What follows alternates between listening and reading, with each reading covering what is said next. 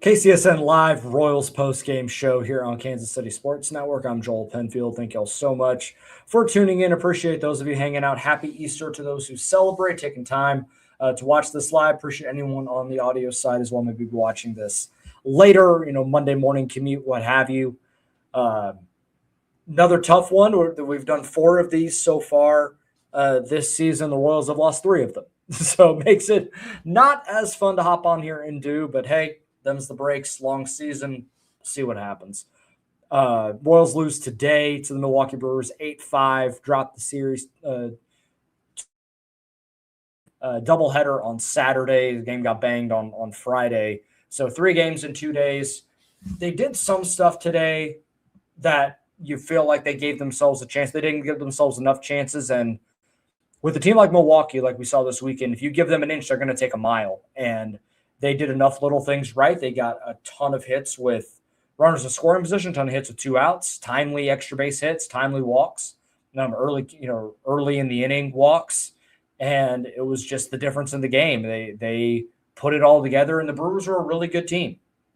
I said it before the year that I'm not going to count them out to win this division. I still believe that they're going to win this division over the Cubs, and nothing I saw this weekend changed my mind from that. This is a really good baseball team. I still think the Royals had the potential to be a good baseball team. They didn't show it at times this weekend in certain areas. Not holistically, but in certain spots, still a lot of room for improvement. A lot of things that this team needs to get going in order for them to reach the potential that we know they have. Start with Kris Bubic. Just start with on the pitching side before we kind of move forward. I thought he threw the ball fairly well. The problem was he was out of the strike zone way too much for a guy that was dominating when he was in the strike zone. And I think that was kind of the frustrating thing for me watching was you could see pretty clearly when he was in the zone and when he was throwing his fastball, they had a hard time picking it up. He got 18 whiffs on the day in 5 innings. 12 of them were on the fastball. He got 8 strikeouts. 4 of them were on the fastball. Called strike whiff was 32%. The whiff rate was 40%. But he was out of the zone a little bit too much. With 2 outs, he worked around Wilson Contreras. Christian Yelich comes up, hits a ball down the left field line for a triple. That landed right when Lofton made a headlong dive for it. And that's a triple. Next batter, Gary Sanchez, 2-run homer. And it's 3-0. Now, he settled in after that and was good after. But it's just one of those things where he could have been so much better. And if I know anything about Kris Bubic, he'll be the first to admit it. He will say, I wasn't in the zone enough. 3 walks to 8 strikeouts, gave up 4 earned in 5 innings on 96 pitches. They made him work. And that's the story of what this Brewers team did to these pitchers all weekend. They work their ass off at the plate, fouling pitches off, working counts, doing a really good job of not chasing. Now, they did a little bit today with Bubic at the top of the zone, but holistically, they don't swing and miss a ton, and they don't strike out a ton. And they do a really good job of making the pitcher come in the zone. And when they do, sometimes it gets grooved, and they made them pay. They made the Royals pitchers pay, and they did damage with 2 outs a ton in this series. Before the 4th run of this game, and it might have even been later in the game, when it was like maybe the 5th or 6th run, where they had scored 12 runs in the series, and all of them came with 2 outs. I mean, that is unbelievable. And that is situational hitting. That's taking walks. That's working plate appearances to get the pitch you want. And they're doing an incredible job of that. And it's something that they've always been really good at, just that knack for the big hit. Of the 9 or 10 hits they had today, 6 of them were for extra bases, doing damage and making the Royals pay. It was just the 1 home run, but a double, a triple with 2 outs, scoring 2 runs. That's how they got Avila on Saturday early in that game. It's how they got Lugo early in the game on Saturday night, the nightcap of the Twin Bill. And it was just the story of the series. And when you look at the game today as well, Nick Mears leadoff walk, but he worked around it. Matt Strom leadoff walk, ended up throwing 30 pitches and gave up 2 runs.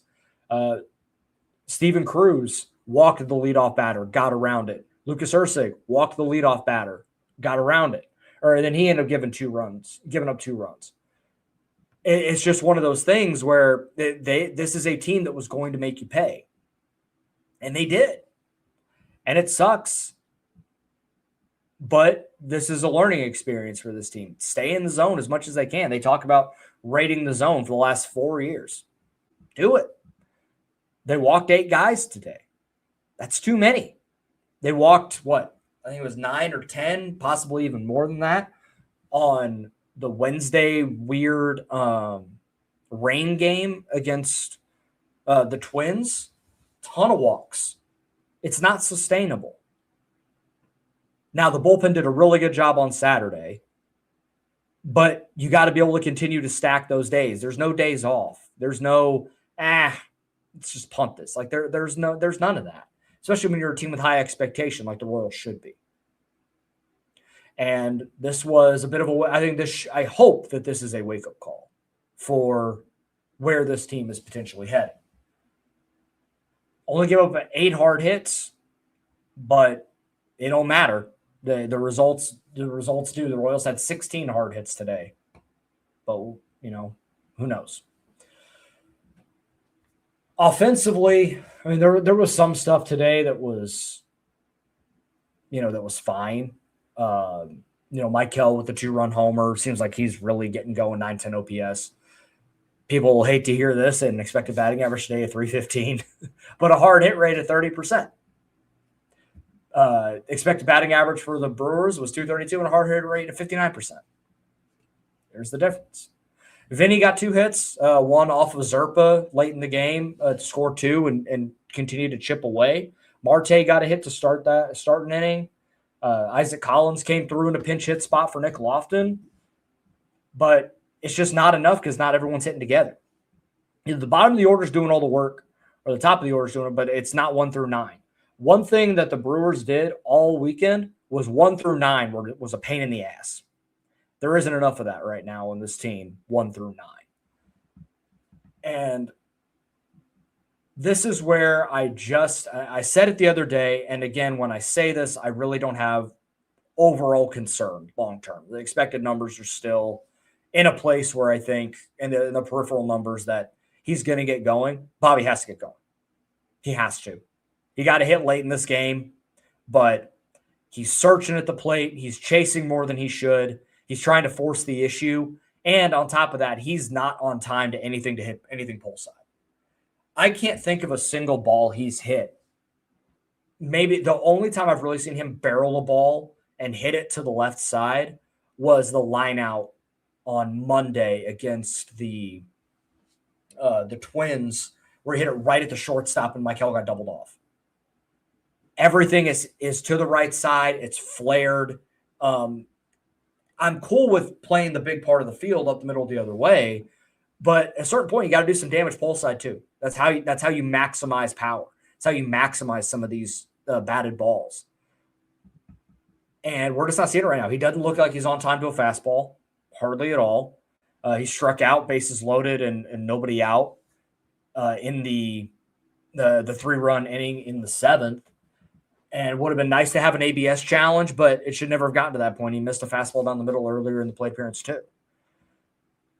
I have no concern long-term that this is what's going to happen. But when you have Vinny, who is a historically slow starter, Salvi, who has gotten off some slow starts the last couple of years, Jonathan India has not quite gotten going. It's nice at the bottom of the order is doing some of the work, right? Kyle Isbell's still hitting the ball well.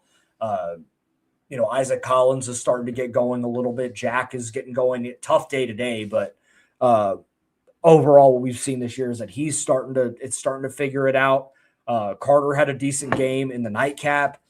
If he gets going, we'll see. But if this lineup's going to go anywhere, Bobby Witt Jr. has got to be at the forefront of it. He can't be, again, at the top of an order where he's just a slow starter. Like, you can't have that anymore if this team wants to go anywhere. And sure, you can't lose a division in April. You can't miss the playoffs in April, but it can be one of the reasons why.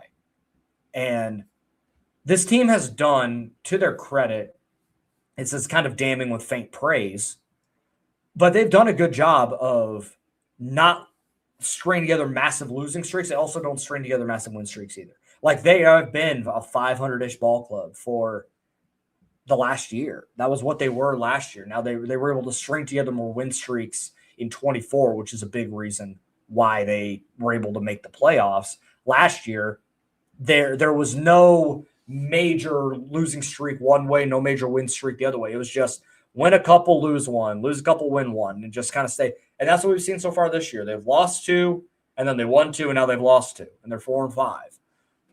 And now you got to go to Cleveland, and that's still a pretty good ball club, right? And you got the White Sox coming to town next weekend. Opportunity there to try and maximize stuff, but they just swept the Blue Jays. They are maybe not quite there, but they are improved. Not a rollover like they've been the last couple of years. So I hope that this weekend was a litmus test of where are they at compared to a upper tier contender in the National League. Not really. And where are they at long term? We'll see. But there are some things that I like. There are certain things that I think as the year progresses over a larger sample will even out. But there's not enough that makes me go, man, this is still like this team is still reaching their potential. I don't believe that they're there yet. Long way to go. We'll see. We're going to go ahead and hit our first break. A couple more thoughts on the game today, and then we'll talk about the games yesterday right after this. I'm BJ Kissel, founder and CEO of KC Sports Network. Emprise Bank has been with us from the beginning. They were our first network partner, and they believed in the vision of what we were building from the start. I can't speak to any other banks or companies and how they operate, but I can tell you from personal experience and based on the growth of the network you're listening to right now, that if you have banking needs, call our friends at Emprise Bank. We've worked with so many great people there over the years, from Vicky and Aggie to Andrea, Lori, Jackie, Deb, and Aaron, and not to mention so many others that not just supported KC Sports Network, but supported our KCSN Foundation as well. But the best thing that I know is that if I have a question or a problem, no matter how dumb the question is, I know who I'm going to call and who I'm going to talk to. And I know that I'm getting an answer from someone that I can trust. And I know that person is there to help us. That's why Emprise Bank has always been and continues to be our partner in Possible. And they can be yours too. You just have to reach out. If you have a banking need, whether it's business or personal, hit me up. I will connect you directly with the same people that have helped us build KCSN. And that's our friends at Emprise Bank.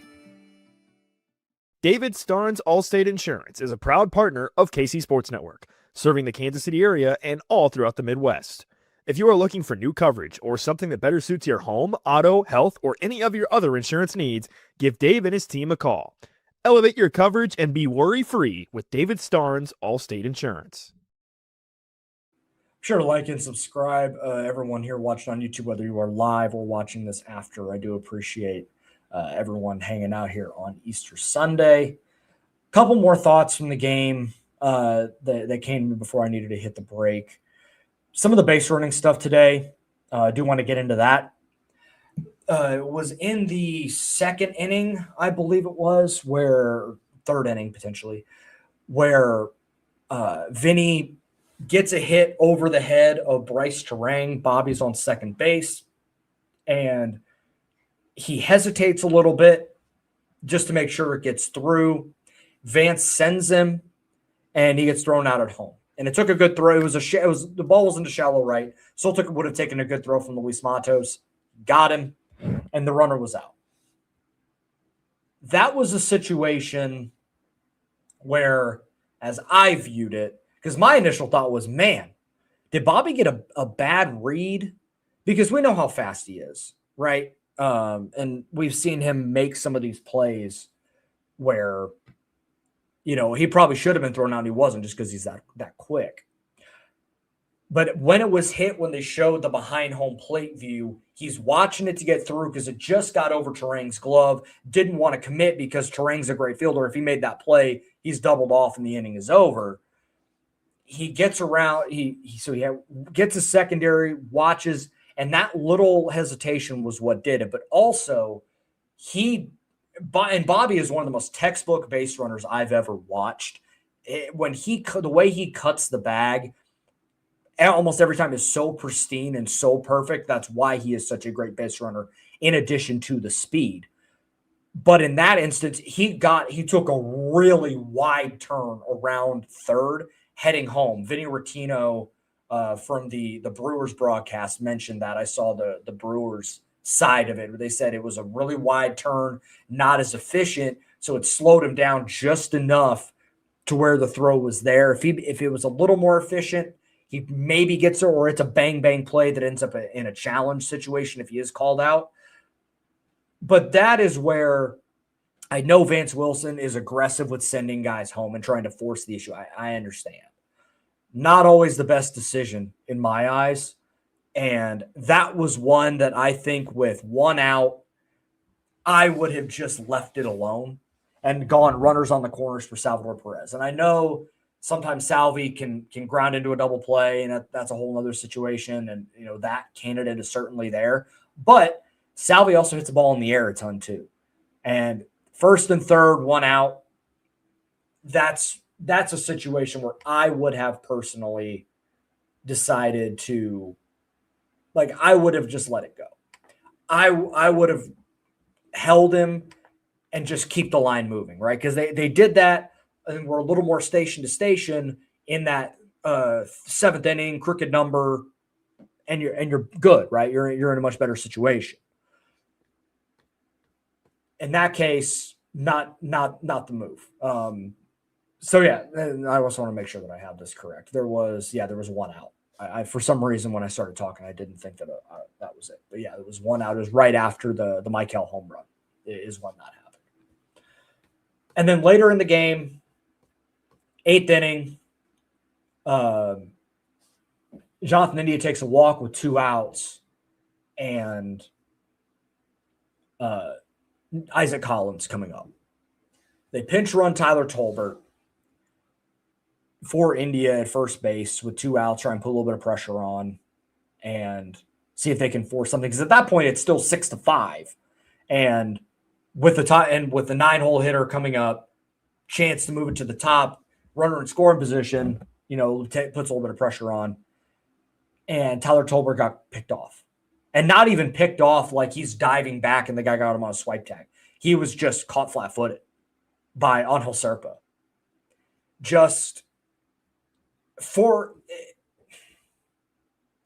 It is an inexcusable mistake. In that situation, you cannot have that in that spot. It's one thing if he gets a great jump and he goes to steal second and the catcher makes a great throw and tag. That's one thing, right? That. I look at that. That is just not even bad luck. That's just, hey man, the dude made a great play. Tried to force the issue, steal second. Okay. But in that spot, you can't have that happen. And if you're Tyler Tolbert, you play once a week, sometimes less, and you're just the pinch runner. You're a guy that, they love the defensive versatility, and he can swing the bat occasionally. But if you're going to get picked off in that situation, I mean, there's not much of a spot. And with Michael Massey coming back, I think that may be where the roster move goes. Because if you're not going to go first, if you're just not going to run immediately, the hardest stolen base is the one when everyone knows you're going. But when you're in the game, got to go. And he got a slide step, and then got picked off. It's a really tough exchange with you being the tying run on first late game with a 9-hole hitter up. It's just a mistake that you cannot have. There are some mistakes on the base path, mistakes of aggression. A lot of times I'm willing to go, okay, hey, dude made a good play. That's fine. That is not one of them. And it's just something that I watched, and one of my biggest takeaways from the series, and this goes into the series as a whole. There are just certain things, like the little things, that when you're a team like Kansas City, without a massive payroll, without these, mega stars everywhere, you got to do the little things right. Milwaukee does the little things right a lot of the time. It's working walks. It's not expanding your strike zone. It's doing damage when there is a pitch in the middle for you.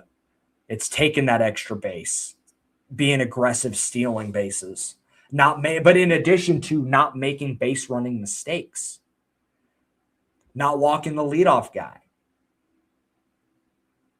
There was so much this weekend where I'm like, man, Milwaukee does so many of the little things right. And right now, Kansas City isn't doing enough of that. Some stuff, sure.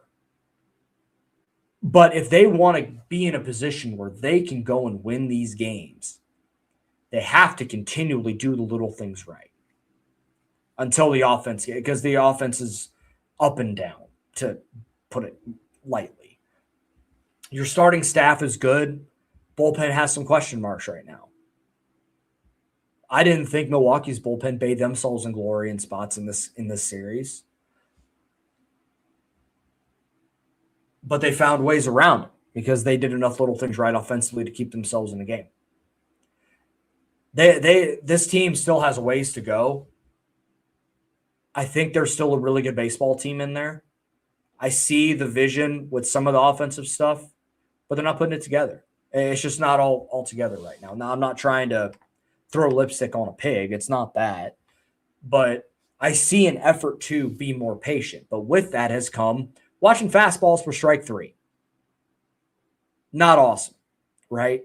And I see a more concerted effort to not chase pitches out of the strike zone. Still happens to everybody. That's not exclusive to Kansas City. But with that has come some indecision in the zone. I see the effort with some of the, like on the pitching side, to try and get early count outs, but with that has come leaving pitches over the middle and getting hammered. And then when they're trying to nibble around the outside, it leads to walks. Right? It's just it's so fine. And there are so many things that a couple inches makes a massive difference for this team. And there's a joke to be made. Sure, go ahead. I sometimes my mouth started moving faster than my brain. I think the point I'm trying to make here is it's there, and this team has a lot to figure out still. And we're 9 games in. I'm not trying to make sweeping conclusions. I'm not trying to put a nail in the coffin with 150 some odd games to go. But I think there's still some things that are kind of situations to monitor where I'm going, and I'll have a little more time to dive into some of that. And I'll try and put some stats behind some of the little things, right, rather than just being generic, and try and drill down on some of that when we have our normal episode later this week.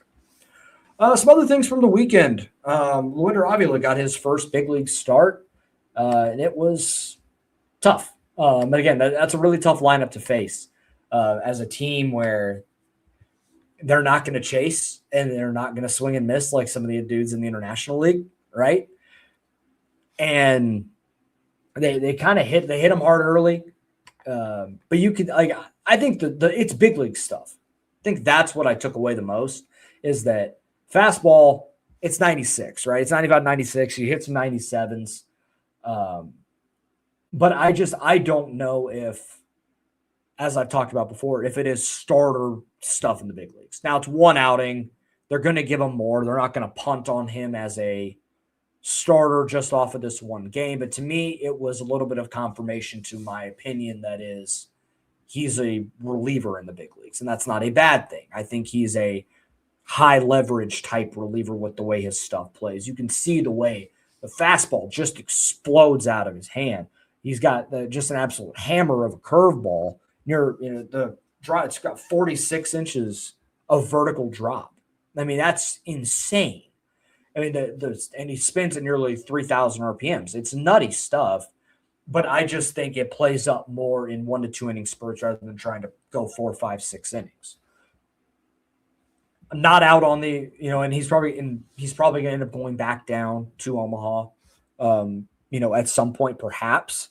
But I don't know how that's necessarily going to work because of he came up because Bailey Falter went on the injured list with left elbow inflammation. So I don't know what the move is going to be. Maybe they do put him in the bullpen for now. I don't know. Seth Lugo, I thought, threw the ball fairly well. And again, it's a situation where it is not a good matchup for Seth Lugo to face this Brewers lineup because they swing and miss so little, and they don't chase a lot. And for a guy that relies on early count outs and putting the ball playing without a lot of swing and miss, not ideal. And he threw 100 pitches, but he ended up getting through 5 innings when I didn't know if he was going to be able to with the amount of pitches that he threw. But he found a way and grinded through it to his credit. I thought for given the way that the game kind of scripted out for him, I'll take it, right? 5 innings, 4 hits, 2 earned, 2 walks, 7 strikeouts. Take that all day, right? And I do want to shout out as well on the pitching side, Eli Morgan came up from Omaha. He's on the 40-man roster. He came up and he was the 27th man for the doubleheader. Yeoman's work out of the bullpen Saturday night. 3 innings, 1 hit, 1 walk, 5 strikeouts, no runs given up. And by the time he had come in, the Royals put up a 6 spot in the 6th inning. So it's just hold the lead. Don't do what happened on Friday. Sure enough, he managed to get it done. So I give him major credit for coming in. He had to go back to Omaha. Reason he had to go back to Omaha is because you have to it's just you're up for the day and then you're back. It's just a procedural rule that Major League Baseball has in place. Now, there's no minimum amount of days that Eli Morgan needs to stay in Omaha. He could come right back down, and he's on the 40-man roster already, so there's no 40-man roster move that has to occur to get him back. And with the way that the bullpen has gone the last week or so, I wouldn't be shocked. They don't have another off day until next Monday, I believe. So you're probably going to need Eli Morgan potentially as early as the next few days. I wouldn't be shocked to see him back. It looked like the stuff was going pretty well. And, that is what it is at this point. But I did like what I saw from him as a big league depth arm, in this capacity. Now, nothing has updated yet on Baseball Savant for the way this is going to look post-game, off an 0-for-4 and 3 strikeout game. But Jack Caglione, some of the batted ball stuff is in a pretty good place right now. 321 expected batting average. The hard hit rate is at 50% right now before today. The weighted on base average is 382. The barrel percentage is 11%. Last season, the barrel percentage that's about where in line with where he was last year, but the hard hit rate is up. The expected batting average is up. The average exit velocity is up. The chase is way down. It was 38.5% last season. Coming into today, it's less than 30%, slightly above league average. And the swing and miss is down as well. He's striking out less into today, and he is walking more. The walk rate was 10% coming into the game today. It's not all there. He had a day like today, 0-for-4, 3 strikeouts, but he's in a lineup against a tough lefty, and he had to face a tough lefty out of the bullpen. It was not a great matchup for him, but it is kind of a litmus test, as we talked about for when he stayed in to pinch hit against Taylor Rogers, or when he not pinch hit, but stayed in lieu of a pinch hitter the other day against the Twins. Can he handle it? How well can he handle left-handed pitching? And he saw some yesterday, and it was fine. But I think we're probably going to see more of a strict platoon with him, at least for now, just as the sample grows a little bit. Still some work to be done, lefty-lefty. But against righties, he's seen the ball pretty well, right? In zone, he's doing a much better job of working plate appearances, not just swinging at everything. And we're seeing that work start to come together. It's not all there, and I think as he gets more confident, we're going to see him start putting balls over the fence.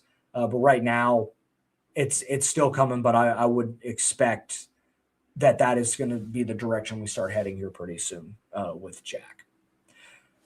Thank you very much, everybody hanging out here on YouTube. I think that is going to do it for this live post-game show. I'll have more for you later this week. Be on the lookout for Royals Pipeline as well. That new episode coming out later this week as well. We will have a live post-game show Thursday night, first game of the White Sox series. And then at least Sunday afternoon, potentially, if I'm able to get up to the ballpark on Saturday as well. We'll see where this team goes. They're 4-5. Couple of divisional opponents coming up this week with Cleveland and the White Sox. I'm going to get some pitching matchups here for you before we get out of here and totally wrap this thing up. I know Michael Wacha is going to pitch on Monday. They skipped his original start because he was sick, but it seems like he's doing fine now. Tanner Bybee will be on the mound for Cleveland. That is going to be a 5:10 Central first pitch, and then there will be another 5:10 Central first pitch on Tuesday. Noah Cameron versus Gavin Williams, who's coming off, I think, 7 shutty, 10 strikeouts against the Dodgers. And then a 12:10 first pitch on Wednesday against the Guardians. Reagan's against Joey Cantillo, lefty-lefty matchup there. We'll talk about all of that coming up later this week. Talk soon, everybody. Take care. Have a great one. Enjoy the day with your family if you're celebrating.